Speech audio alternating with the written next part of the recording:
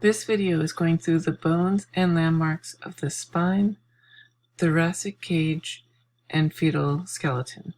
So we're going to first look at the spine and look at the vertebrae of the spine.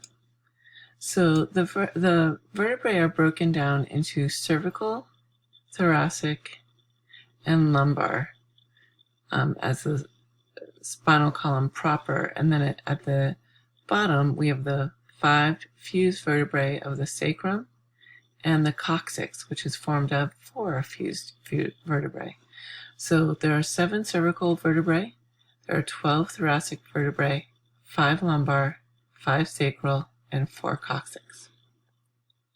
When we're looking at a vertebrae, they are very irregular bones, but the majority of vertebrae have the following features in common.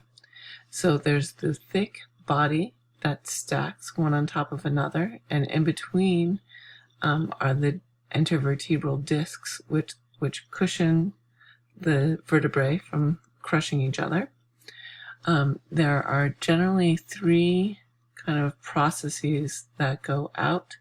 The one that goes out the posterior portion of the vertebrae is called the spinous process, and that is what forms the bumps on your back that you can feel where your spinal column is.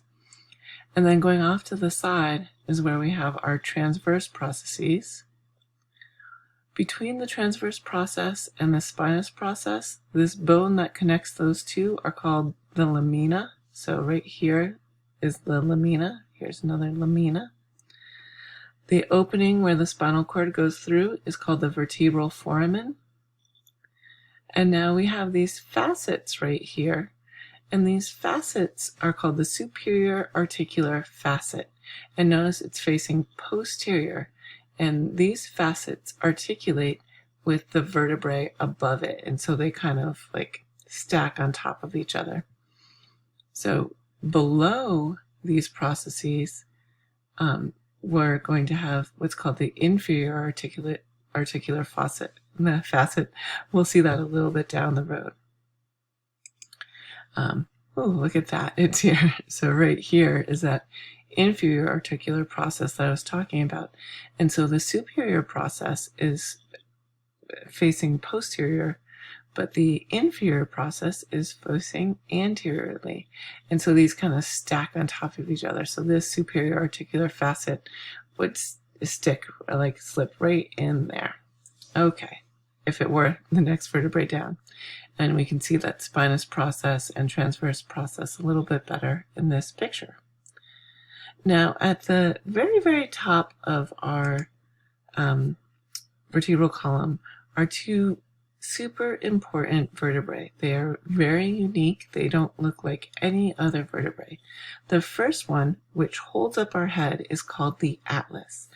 And so when you're looking at the atlas, here are the condyles that articulate with the head.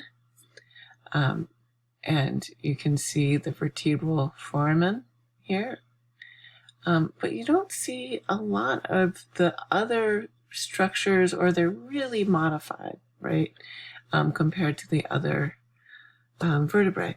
This bone, the atlas, allows us to say yes, because our skull kind of slides on those condylar processes right here and allows the head to kind of rock up and down. The next bone, which is called the axis, is C2, or the axis. Here it has an axis, and when you stack this vertebrae on top of this vertebrae, you can rotate C2 to the left and to the right. And so that bone allows us to say no. So the atlas allows us to say yes, and the axis allows us to say no. We're going to look closer at the cervical, thoracic, and lumbar vertebrae. They are all generally the same, but they have little clues to tell you where they're found. When I'm looking at vertebrae, I always look at the spinous process first, because in the cervical region, the majority of the spinous processes form this little V at the end. Okay, and so here it is from the side. Okay, so it more or less goes straight out.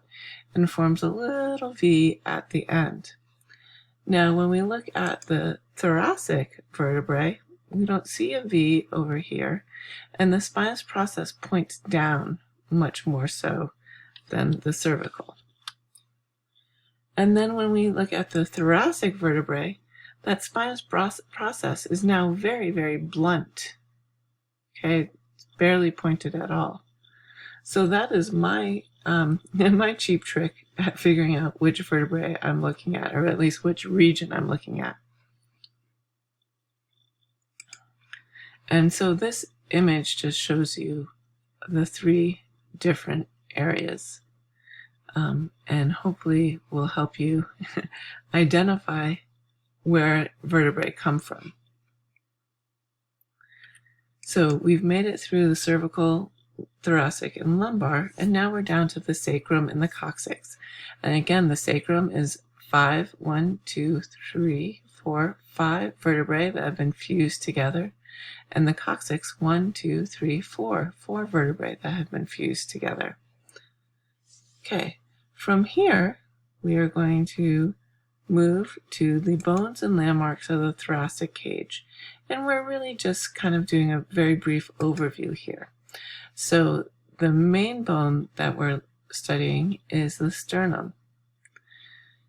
And so the sternum includes this upper portion called the manubrium, the body, and then below that is this piece of cartilage that's called the xiphoid process. At the manubrium, you see this kind of little notch that's called the jugular notch. And then where the manubrium meets the sternal body is this little angle called the sternal angle. When we're looking at the ribs, over here we notice that it says 1 through 7 are true ribs, and 8 through 12 are false ribs. What makes a rib true or false? Well, you have to look at the cartilage. Here, rib 1 has a bone with cartilage that attaches directly to the sternum. Rib 2 also, 3 rib cartilage directly to the sternum, 4, 5, 6, and 7.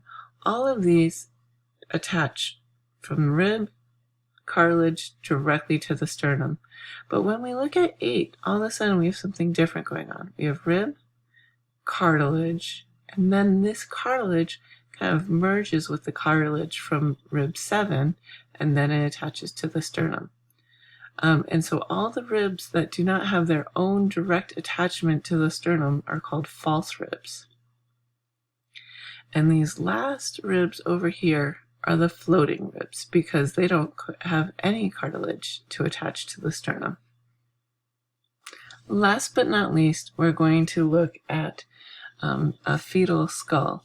And the fetal skull has many kind of differences when compared to a grown adult skull. There's just 2 landmarks that we're going to look at.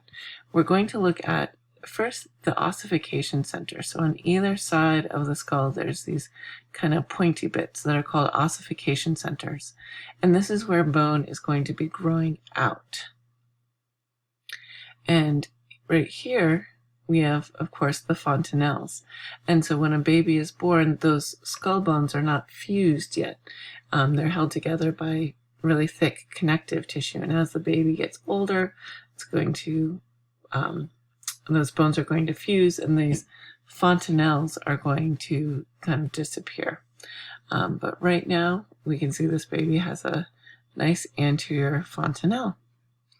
I don't have a picture of the full fetal skeleton here. There is one on Moodle.